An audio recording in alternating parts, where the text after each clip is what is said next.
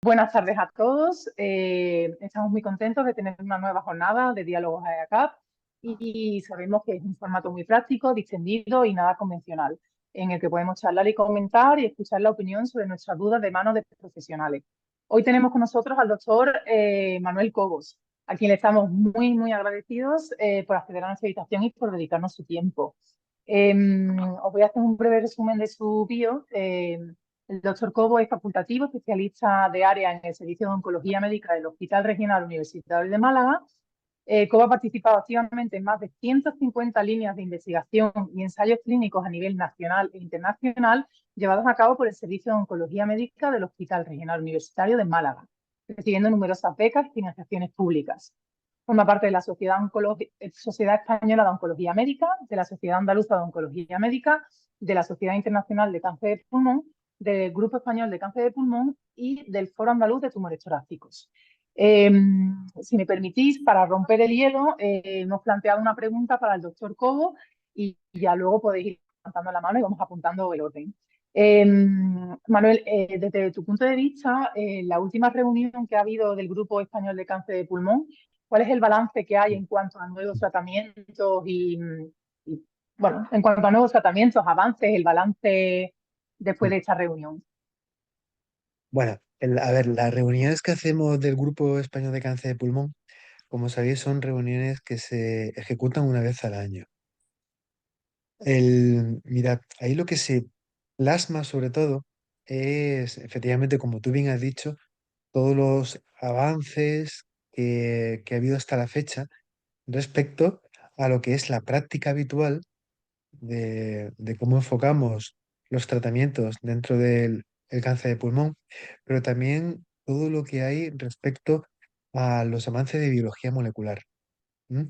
Es una reunión que de siempre, desde que se inició hace ya varias decenas de años, estaba muy enfocado a todo lo que es el avance molecular, cómo aplicar la biología molecular pues a lo que ya conocemos y a cuál sería el futuro tanto de la investigación como de la aplicabilidad clínica, ¿no? Y luego se hace una puesta al día muy actualizada de cuáles son tanto los estándares actuales como las líneas de investigación, tanto actuales como futuras, y cuál sería la predicción futura de cómo enfocar los tumores de pulmón. Y lo hacemos en varios prismas, ¿no?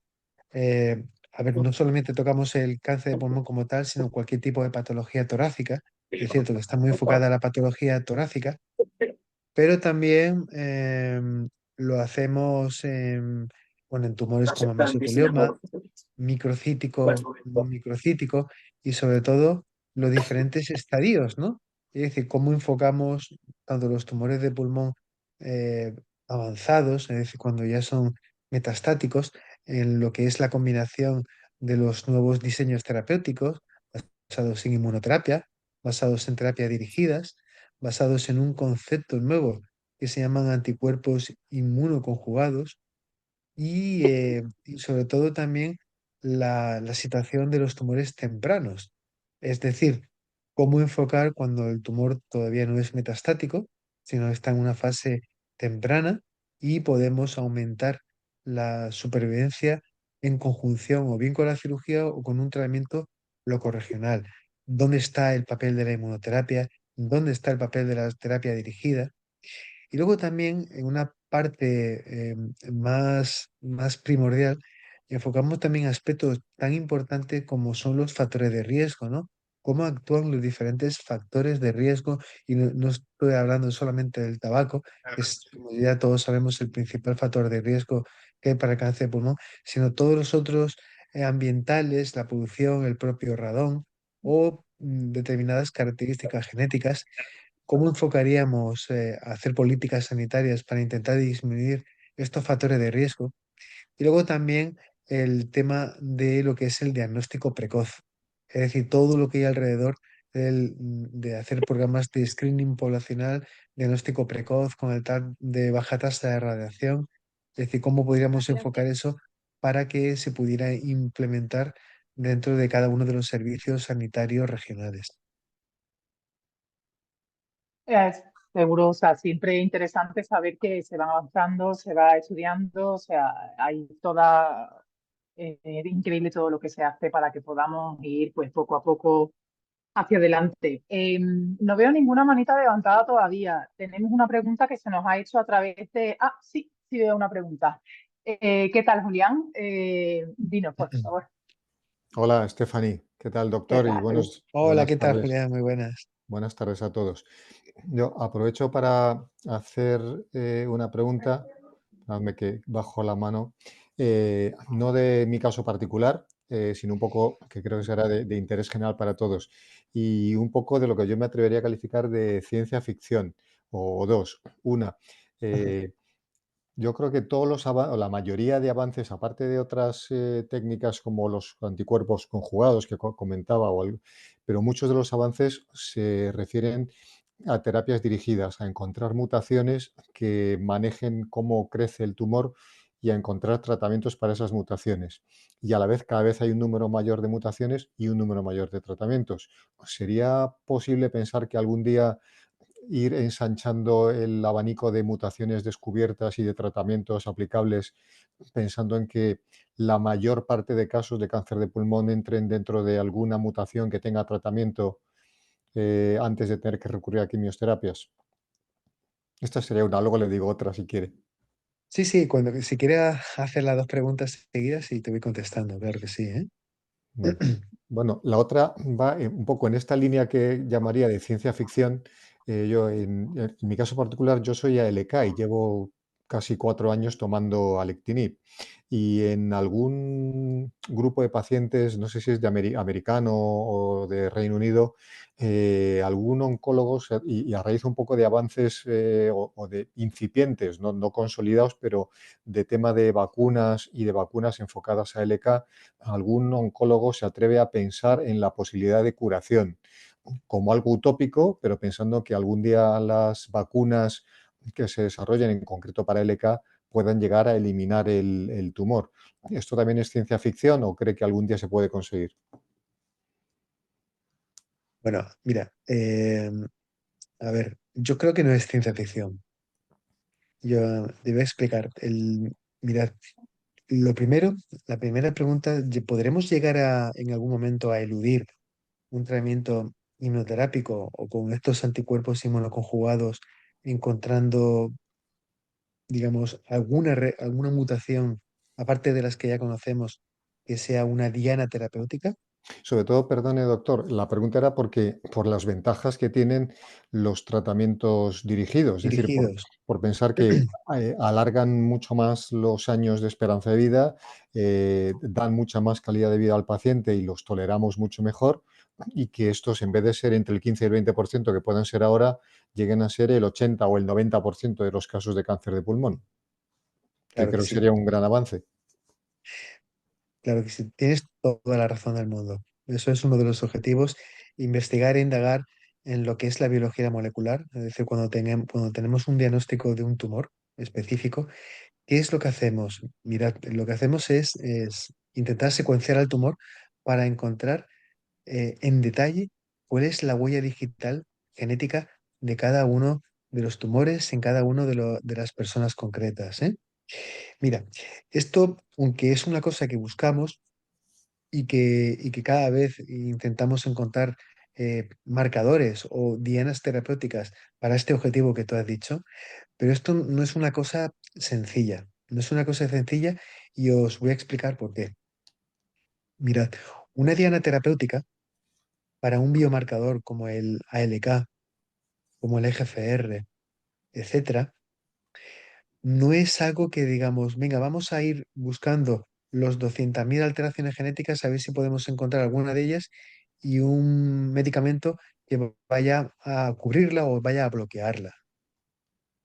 Esto es una cosa que se intenta y se intenta de una forma, la verdad es que cada vez con más ímpetu. Pero voy a explicar cuál es el problema o cuál es el kit de la cuestión. El tema es que este tipo de alteraciones genéticas que se llaman drivers o conductoras, lo que quiere decir es lo siguiente. El tumor nace Y la primera célula inicial que ha producido este nacimiento de la primera célula del tumor, precisamente esta mutación genética. Esta mutación genética está desde el principio y va a acompañar a cada una de las células del tumor a lo largo de su crecimiento, de tal forma que el tumor depende para su supervivencia de esta alteración genética específica. Es como si fuera, imaginaros que es una especie de marcapasos. El tumor crece porque se hace adicto a esta alteración genética, de tal forma que aunque una célula es compleja, una célula de un tumor es compleja, pero esta mutación genética driver es como una puerta, como una llave para que el tumor haga pues, todos los desaguisados que todos conocemos que hace.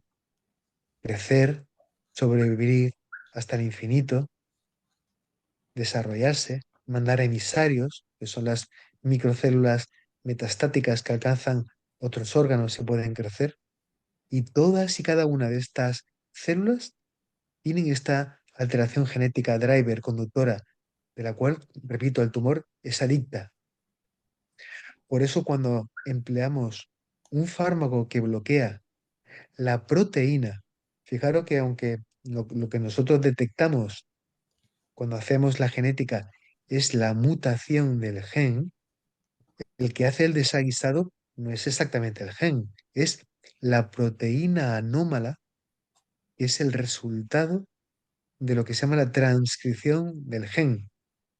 Por ejemplo, cualquier gen de nuestro cuerpo va a dar lugar a proteínas, ¿no? Por ejemplo, el gen de la hemoglobina, de la albúmina, da lugar a esa proteína. Imaginaros que esta anomalía genética, y en este caso ese reordenamiento, como el ALK, va a dar lugar a una proteína y esa proteína es la que es el marcapasos, ¿no?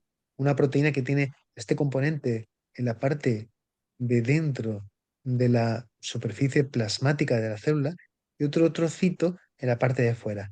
Pero esto está activada y manda como esta sonda de radio hacia el núcleo celular para decirle sobrevive, multiplica hasta el infinito, envía emisarios donde sea. Por eso cuando bloqueamos esa proteína con los fármacos que conectan, los fármacos lo que son estructuras tridimensionales que realmente conectan de forma muy específica en esa proteína para bloquearla. Al bloquearla, deja de mandar esta información al núcleo. El tumor deja de tener este marcapasos del cual es adicto, del cual es dependiente y por eso tiene tan buenísimos resultados. Y esto ocurre igual con el EGFR, ALK, ROS1, RET, todo este tipo de alteraciones genéticas. Pero claro, es necesario que haya una alteración genética, lo que se llama driver o conductora. ¿Qué es lo que pasa? Si nosotros empezamos a investigar y hay pues 200 alteraciones genéticas, pero se llaman alteraciones genéticas de paso o alteraciones genéticas subclonales, no es la principal, con lo cual a veces sí que hemos visto, oye, pues mira, pues, por ejemplo, tiene una alteración genética fulana, vamos a bloquearla y la bloqueamos, pero no tiene tanta eficacia porque realmente no es la conductora, o bien no está en la totalidad de las células del tumor, o bien simplemente que aunque tú la bloquees, es una mutación tan secundaria que el tumor no depende de ella. Ujú. Por eso no es tan frecuente encontrarla. Este porcentaje que tú has dicho, que es del 10, 15, 20% incluso, de totalidad de las alteraciones genéticas, no es porque no la hayamos encontrado todavía, sino porque realmente son las que el tumor nace a raíz de ellas. Por eso, por ejemplo, Ujú. una persona que ha tenido tanto componente tabáquico tiene menos probabilidad de tenerla. Tú tienes un ALK probablemente porque o no has fumado nunca en tu vida o tu densidad tabáquica ha sido ínfima. Sí, no, ¿Por no he qué? fumado nunca. Nunca has fumado. ¿Por Mm. qué? Porque una persona que ha fumado lo que hace es que tiene tanta aberrancia génica en la célula que inicia el tumor que no tiene ninguna alteración driver conductora. Lo que tiene es una cosa que se llama una poligenia, una serie de multitud de alteraciones genéticas que ha desarrollado el tumor, pero no tienen ninguna concreta driver. Ninguna que mande Por e- sobre las demás. Correcto. Ninguna que realmente ejerza ese poder de la cual la célula depende, ni ninguna que tú puedas bloquear con un fármaco que se adapte a ella. Por eso, una persona que ha fumado mucho y tiene tanta aberrancia genética, es más probable que sea sensible a la inmunoterapia.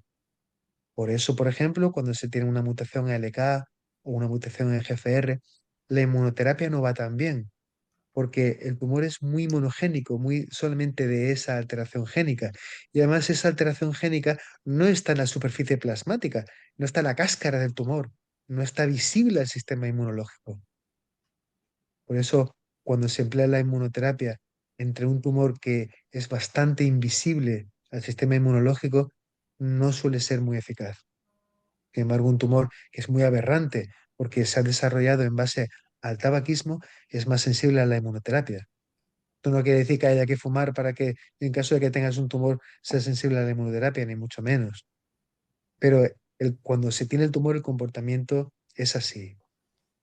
Luego el tema de la vacuna. El tema de la vacuna es un concepto que es precisamente dependiente de lo que es la activación del sistema inmunológico. Si tú desarrollas una vacuna que genere un anticuerpo, que genere un linfocito que realmente pueda repeler un tumor que tenga esta alteración génica, esto es una cosa posible, pero el tema de las vacunas nuevas, cuando hay una alteración driver, como el ALK, el EGFR y tal, no es una cosa que llegue a ser muy efectiva, aunque se está ensayando, pero seguramente nunca va a llegar a ser algo tremendamente eficaz. Precisamente por eso, porque son muy invisibles al sistema inmunológico. Tened en cuenta que cuando ese concepto de la vacuna realmente, aunque le llamen vacunas, Sí, no lo es realmente tal. no es una vacuna. Una vacuna ya sabéis que es algo que se utiliza para prevenir un evento. En este caso, por ejemplo, un trocito de un microorganismo para activar el sistema inmunológico y cuando viene realmente el microorganismo, el sistema inmunológico ya está preparado, ¿no? O sea, es algo parecido a cuando tú vas a los toros que van a ser toreados, si nunca han estado en contacto con un torero, pues el toro está un poco medio loco, ¿no? Pero como lo haya escapoteado, ya sé dónde le van a venir las cornadas, ¿no? Ya ha De dónde le van a aprendido, venir. sí. Entonces, esto es un amplificador de la respuesta inmunológica. Realmente lo que quiere decir es que tú introduces en el cuerpo una serie de trocitos, que son los trocitos que mayoritariamente, los trocitos de proteínas que mayoritariamente va a tener un tumor específico, en este caso el tumor de pulmón. Pues imaginaros que el tumor de pulmón, pues simplemente por sus características, pues tiene más frecuente que la cáscara, la superficie plasmática, tenga una proteína que se llama A, B, C, D y E, ¿no? Puede ser una cosa que se llama el CEA, otra cosa que se llama el TROP, etcétera. Entonces tú al introducirlo en una inyección subcutánea, entonces, estás generando una respuesta inmunológica, estás generando una serie de células inmunológicas que se llaman linfocitos activados, que son nuestros boinas verdes del sistema inmunológico, de tal forma que se producen tanta cantidad de linfocitos activados que saben reconocer exactamente cuál es la proteína que está en la cáscara del tumor de esa persona. Entonces van a ir a por ella específicamente. Van ahí a buscar un receptor específico. El linfocito se acopla a la célula del tumor y le mete una especie de como de ácido, una proteína que se llaman perforinas y granzimas, que es para el tumor o cualquier célula es como un ácido, o cualquier bacteria, es como un ácido que la destruye de una forma muy enérgica, muy eficaz. Este es el fundamento de la inmunoterapia. La inmunoterapia son eh, simplemente quitar máscara al tumor, lo que se llaman los inmunocheckpoints, ¿no? El famoso nivolumab, pembrolizumab, toda esta serie de fármacos, lo que hacen es quitar una máscara. Es un fármaco que se acopla a esa barrera que establece el tumor, que es el repelente de nuestras células inmunológicas, de nuestros linfocitos. Al, digamos, acoplarse a esa barrera, la barrera ya no existe. Entonces el linfocito ya puede venir, cataplum, y atacar. Imaginaros, yo siempre pongo el símil de estas películas de ciencia ficción de extraterrestres que van a invadir la Tierra y pronto hay una gran nave nodriza y vienen todos los avioncitos e intentan destruirla, pero la nave nodriza tiene una especie como de barrera, ¿no? De De escudo. barrera que le llaman el escudo, efectivamente. Entonces, por muchos avioncitos que haya que intenten disparar, siempre se topa con el escudo. La inmunoterapia lo que hace es quitar el escudo. Proteínas que van bloqueando ese escudo. Al quitar el escudo, vienen los avioncitos, que son nuestros linfocitos, que saben reconocer al tumor como algo extraño y ya lo pueden atacar, ya le pueden disparar y los disparos le llegan a su destino. Claro, pero Es este fundamento de la inmunoterapia. por resumir de alguna forma, yo lo que entiendo que el objetivo general de las vacunas es contener el tumor. Es decir, imaginamos que cada una persona cada 6 meses o cada año se pone una vacuna y la vacuna es capaz de estimular el sistema inmunitario de forma que durante ese tiempo, esos meses, mantenga el tumor controlado. Pero lo que le decía es que en algún grupo de pacientes, creo que de Reino Unido, algún oncólogo se había atrevido a por lo menos pensar en el escenario de que a base de vacunas, en concreto de ALK, se pudiera curar, se pudiera erradicar el tumor y un paciente dejara de tener la enfermedad. Eso es lo que le decía, si esto es ciencia ficción, si puede ser ciencia ficción o realista.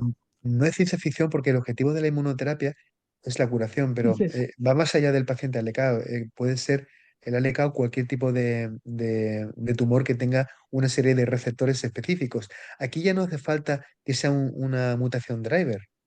El ALK es una mutación driver, pero es interna. Pero lo que cuando tú atacas el sistema inmunológico con vacunas, atacas a otro tipo de proteínas que están en la cáscara de fuera del tumor, ¿no? Puede ser el ALK, la parte, lo que es el receptor externo del ALK, pero puede ser cualquier tumor que tenga cualquier proteína de este tipo. Pero el objetivo no es la contención, ¿eh? El objetivo es la curación, porque esta vacuna, repito, no sé cómo ese concepto de la vacuna, es un amplificador de la respuesta inmunológica. Lo que queremos no es contener, lo que queremos es destruir. Ya hemos visto cómo la inmunoterapia puede llegar a curar a personas, aunque todavía hace falta investigar un poco más porque el porcentaje de personas que se llegan a curar a largo plazo todavía no es muy frecuente, pero ya estamos viendo cómo después de un tratamiento inmunoterápico, con o sin quimioterapia, en una persona eh, que es metastática, es decir, que es avanzada, se ha visto cómo el tumor se destruye y llegan a los 5 años, a los 6 y el tumor no ha regresado, el tumor se ha destruido. Pero esto no quiere decir que haya que poner este producto cada X tiempo. No, no, no. Esto se pone en la primera etapa, desde el principio y además de una forma intensa. Y además junto con la inmunoterapia. Porque lo que vamos a hacer con estas vacunas es amplificar la respuesta inmunológica. Amplificar la respuesta inmunológica quiere decir crear una población tan extensa de linfocitos que es capaz de reconocer al tumor como algo extraño que lo erradica en su totalidad. Entonces, claro que Ujú. se puede hablar de curación a largo plazo. De hecho, ya hay pacientes que están a largo plazo que se pueden considerar curados. Esto lo hemos visto mayoritariamente cuando empezamos con los ensayos clínicos de la inmunoterapia, que hace ya más de 8 o 9 años, que fue cuando empezamos estos ensayos clínicos, como algunos pacientes que fueron incluidos en ellos han llegado digamos, a esta fecha 8, 9, incluso 10 años después, y el tumor sigue erradicado. ¿De acuerdo?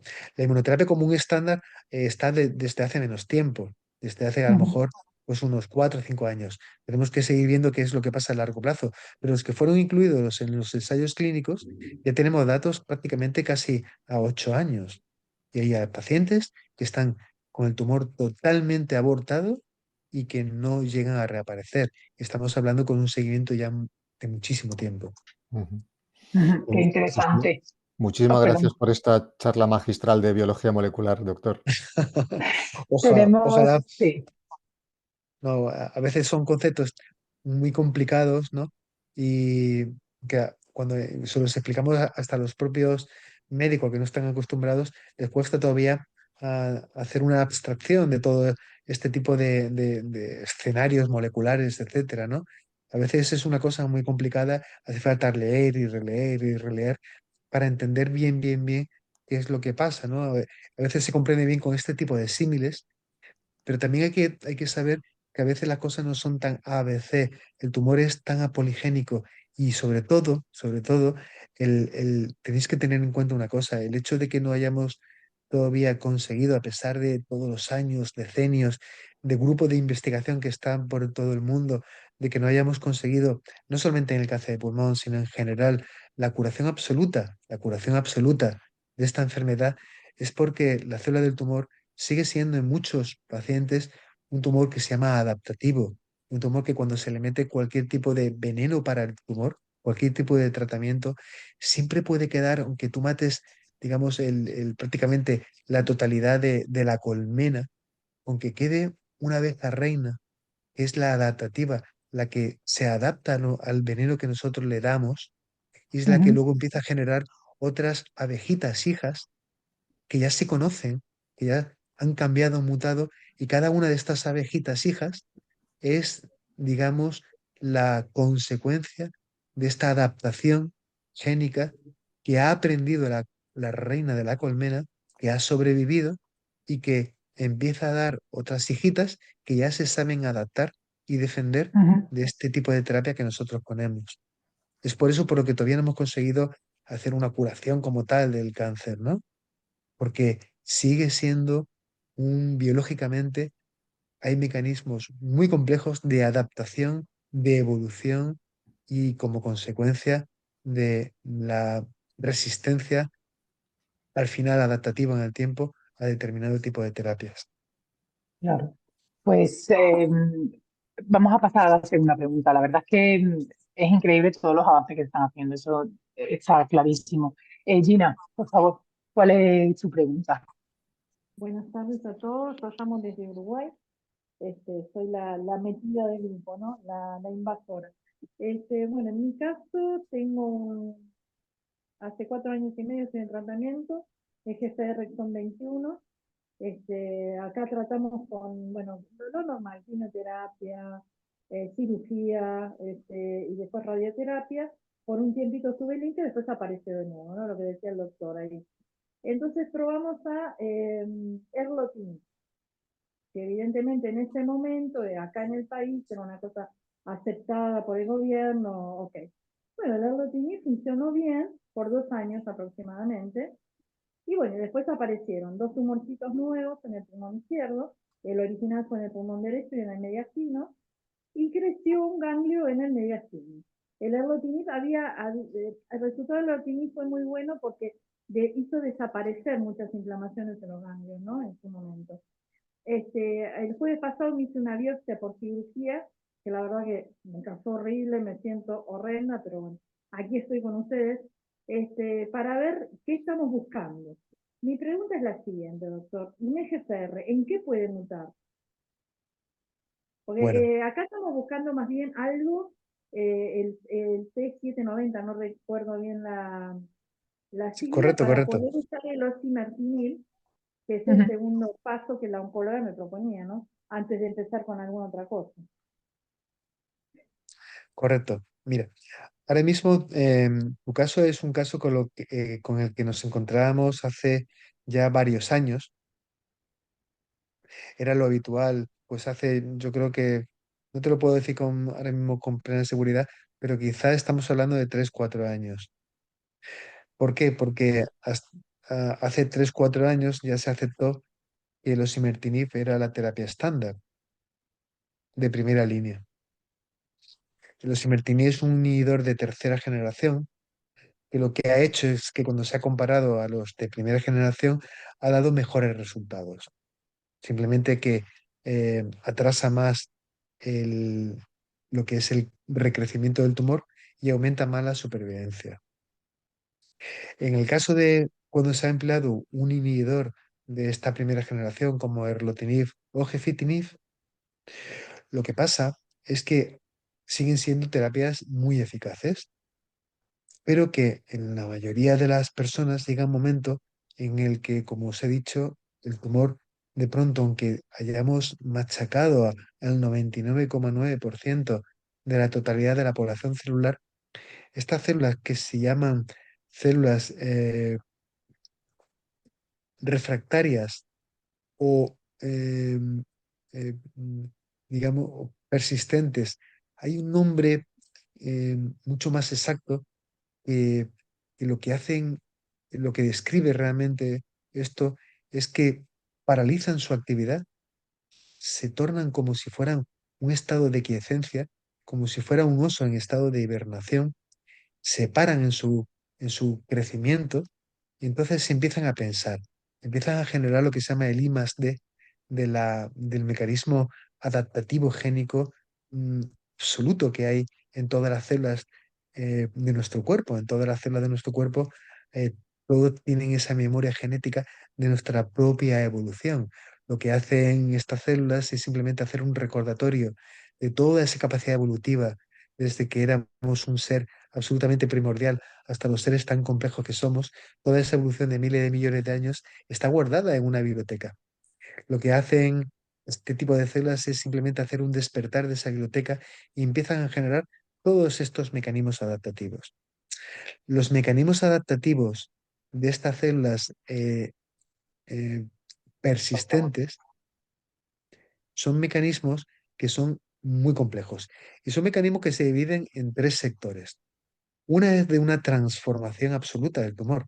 De pronto haces una rebiopsia y el tumor cambia totalmente su espectro. De pronto transfor-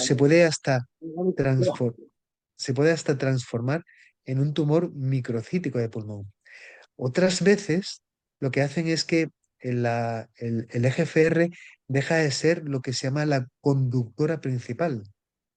Fijaros, la célula se generó por el EGFR o por cualquier otro tipo de mutación génica mientras lo bloqueabas, fenómeno, pero la adaptación es que el EGFR deja de ser la conductora principal, aunque lo sigas encontrando, pero de pronto encuentra un conductor alternativo. De pronto ha sobreexpresado un conductor alternativo. Este conductor alternativo puede ser una mutación, puede ser una mutación, por ejemplo, del MET, del RET, del ALK, incluso, o de otro tipo de alteraciones alternativas. Entonces, en este caso,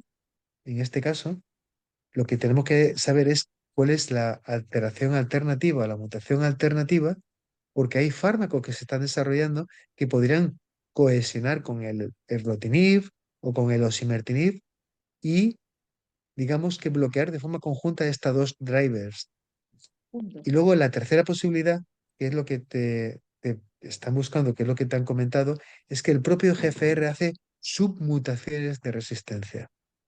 A veces es la T790M o a veces son otras alteraciones de resistencia. Se llama la CS7S, por ejemplo, y lo que se quiere es que si esta alteración genética del propio gen GFR es la que ha dado como consecuencia lo que es la resistencia, en tu caso, al erlotinib, efectivamente aquí el osimertinib parece que tiene un valor muy alto porque bloquea específicamente esta submutación de resistencia.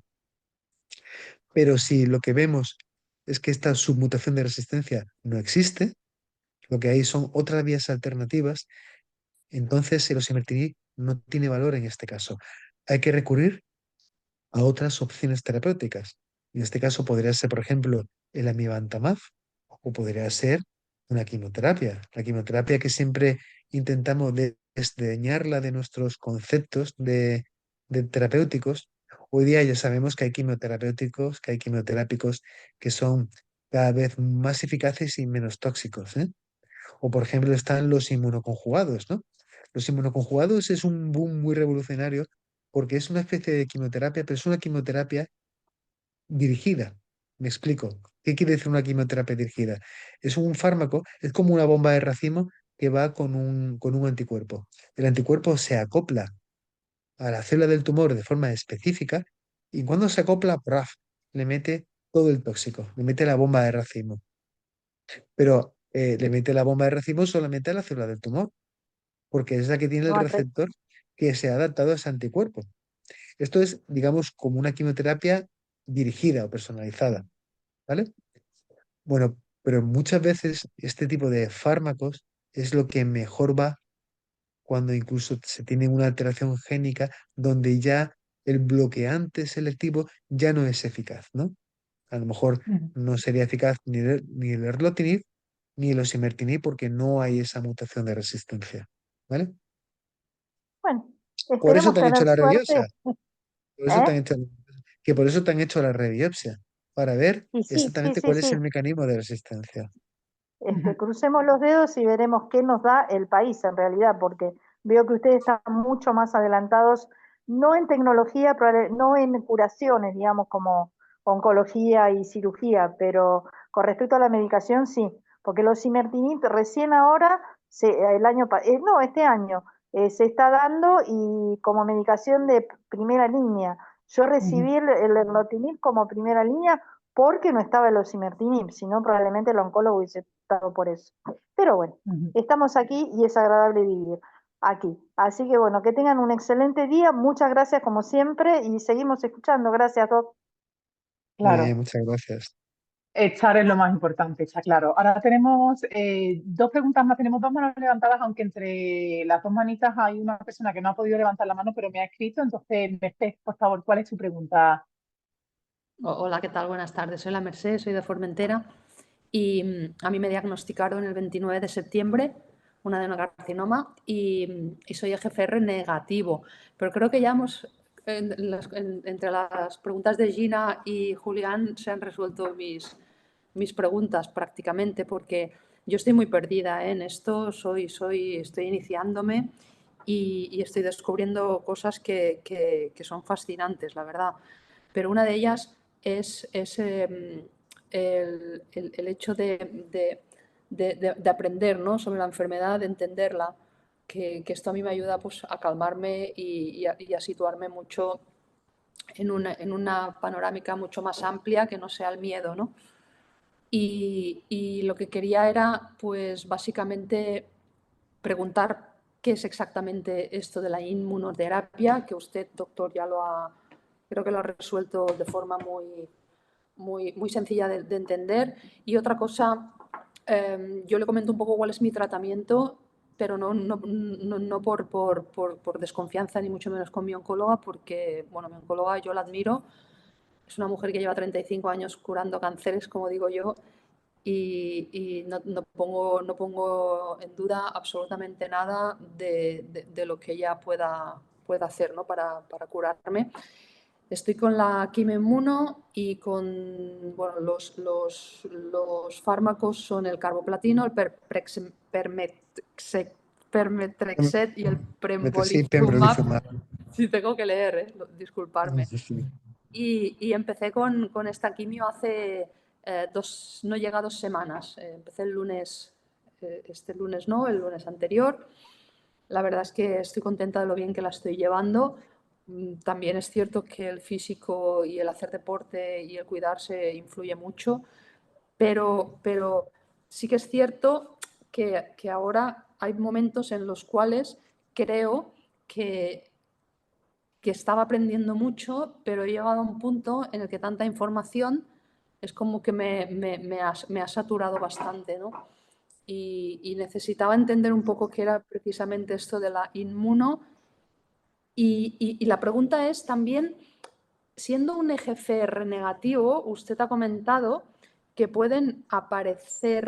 se pueden desarrollar otras mutaciones genéticas dentro de un EGFR negativo, o EGFR negativo significa que no hay más mutaciones dentro de esta mutación.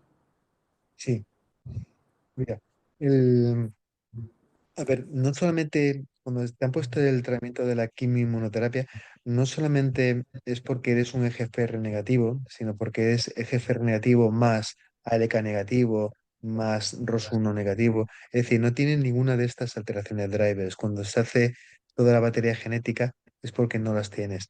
Pero ni las tienes ni las vas a tener nunca.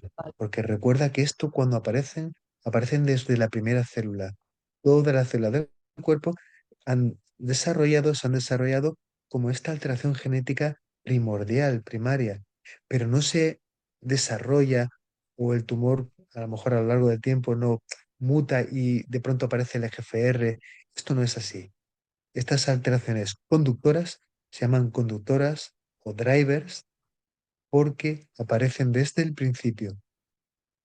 Lo que puede pasar luego es que cuando se tiene, al cabo del tiempo tú le pones una terapia dirigida y cuando se tiene, hace una mutación de ese mismo gen.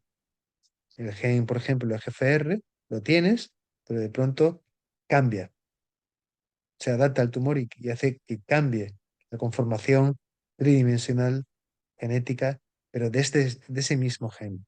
Pero si no se tiene desde el principio, no lo vas a conseguir. No hay que reinsistir en rebiopsiar, por ejemplo, porque ya no vas a tener ninguna de estas alteraciones genéticas. Mira, muchas veces nos decepcionamos porque no tenemos este tipo de alteraciones genéticas. Hombre, es cierto que lo ideal es tenerla, pero cuidado, aquí no es que sea un tumor ni mejor, ni peor, ni más agresivo. Qué pena de que no tenga la GFR, qué pena de que no tenga la LK. Ya este concepto no existe. Lo que queremos saberlo es porque el tratamiento va a ser personalizado. Es cierto que pensamos que bien, que cuando tenemos una alteración genética conductora, pues vamos a tomar una pastilla, un fármaco dirigido y vamos a tener el tumor controlado. Qué pena de que no tengo esta posibilidad de tomar la pastilla. A veces la pastilla también tiene sus efectos secundarios y a veces, curiosamente, esta pastilla puede tener más efectos secundarios que el propio tratamiento quimioterápico. Claro, uno dice, vaya hombre, tengo que ponerme el tratamiento quimioterápico. Como tú ya podrás comprobar, por ejemplo, esta asociación del carboplatino y pemetrexed es una asociación de quimioterapia que es poco agresiva, poco tóxica, que tenga sus efectillos, pero se tolera muy bien, no produce caída de cabello, por ejemplo, no altera para nada la imagen corporal y seguramente vas a tolerarlo muy bien. Y luego está la asociación de la inmunoterapia. Se ha visto que cuando se asocia la quimioterapia y la inmunoterapia, hace un efecto sinérgico. Es decir, por un lado, hace que la quimioterapia tenga más eficacia y por otro lado, hace que el tumor se exponga más al sistema inmunológico y la inmunoterapia va a hacer más de las suyas contra el tumor. Bueno, pues precisamente esta combinación que te han puesto, que es la que se empezó a desarrollar en los ensayos clínicos de hace ya muchos años, es lo que ha conseguido que todavía tengamos pacientes que entraron en ese ensayo clínico que llegan a 5 años o a 6 o a 7, el tumor se ha destruido por completo y no vuelve a reaparecer. Es decir, con esta combinación es con la que realmente tenemos esta esperanza, esta posibilidad de conseguir una remisión completa.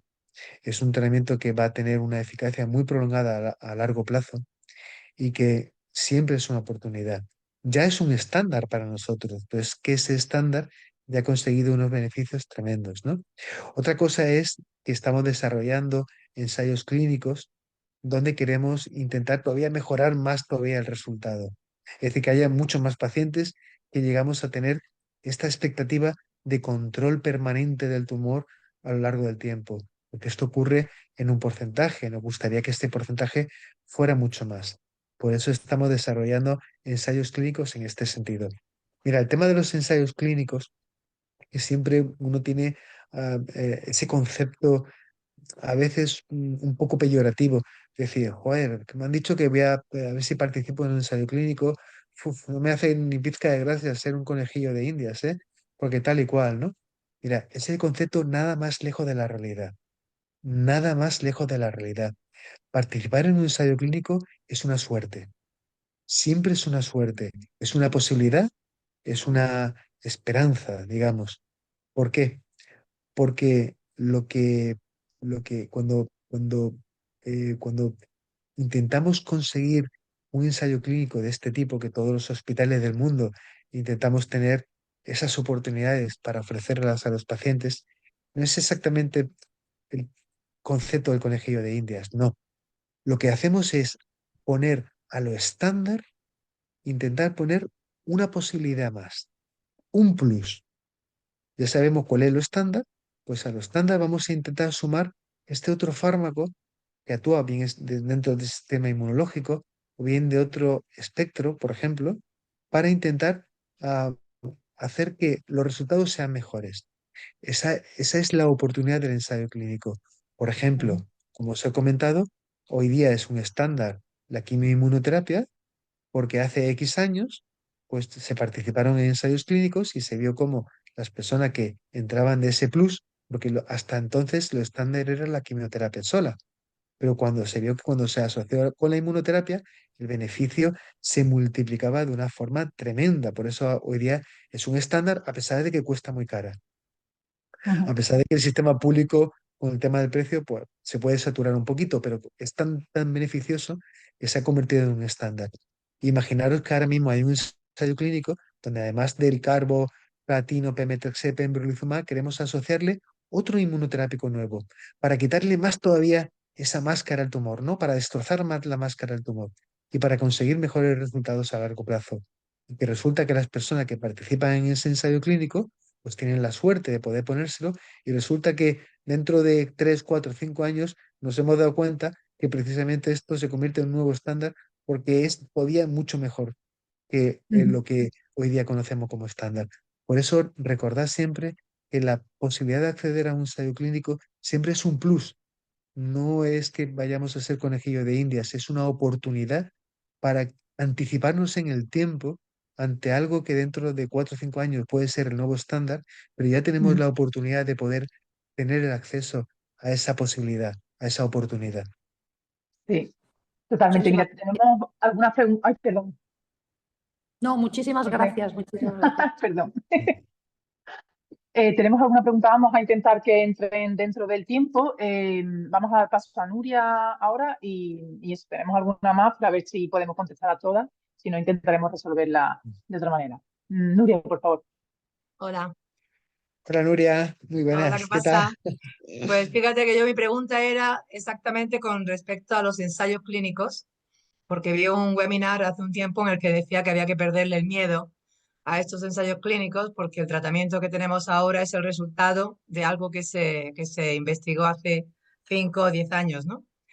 Mi pregunta sería, ¿en qué momento se toma la decisión de participar en un ensayo clínico y cómo tenemos información a ensayos clínicos? O sea, tengo un par de amigas pacientes que están en un ensayo clínico de fase uno porque otras cosas no le habían funcionado, uno, y dos, porque habían decidido no querer hacer una quimio. ¿Dónde o cómo encontramos esa información y cuál sería el criterio como paciente para decidir, ok, pues ahora quiero ser parte de un ensayo clínico, en vez de si hay una progresión, hacer una quimio o hacer algo que ya está establecido, que pueda ser más tóxico? Mira, el, el acceso a los ensayos clínicos pues, se puede convertir en algo un poco complicado. ¿Por Mm. qué? Porque no en todas partes se hacen ensayos clínicos. Los ensayos clínicos no son algo estanco, es decir, oye, pues mira, en tal sitio es que resulta que durante 2 o 3 años va a hacer un ensayo clínico, sobre todo los ensayos de fases uno, que son los ensayos de el acceso a, mm, digamos, a lo que son posibilidades terapéuticas que están en la etapa muy primordial del desarrollo, ¿no? Quizá el ensayo clínico fase uno eh, simplemente para explicarlo, ¿no? La diferencia entre un ensayo clínico fase uno 2 3 es que el fase 3 es la última etapa y es el ensayo comparativo, ¿no? Por ejemplo, un estándar de tratamiento como es el osimertinib, por ejemplo, o la quimioinmunoterapia, se estableció gracias a un ensayo clínico fase 3 donde cuando se comparó con lo estándar, se vio que aportaba más, sobrevivían más, tenían más respuestas y por lo tanto se convierte en el nuevo estándar cuando se compara con el estándar previo.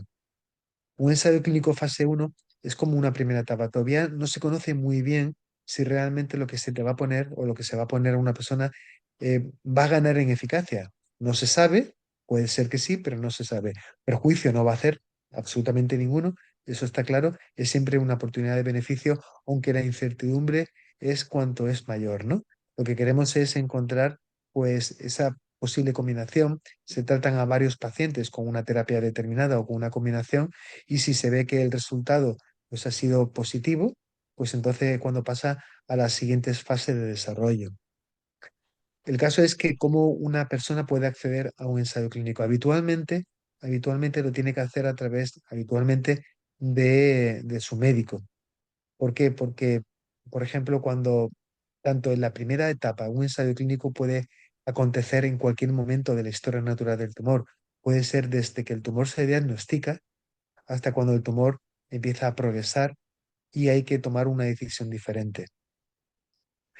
Nosotros solemos tener acceso a toda esa información porque hay grandes plataformas donde todos y cada uno de digamos, de los especialistas, de los médicos que tienen el acceso a ese ensayo clínico, meten esa información dentro de esa plataforma. Mm, Por ejemplo, hay una plataforma que es la que más utilizamos que se llama el Trialink.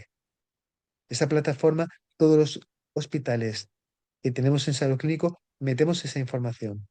Y cuando queremos optar a una posibilidad para un paciente determinado nuestro, simplemente con meternos ahí y empezar a dar las características, vamos a tener la información de dónde se desarrolla un ensayo clínico determinado, para qué indicación y en qué momento.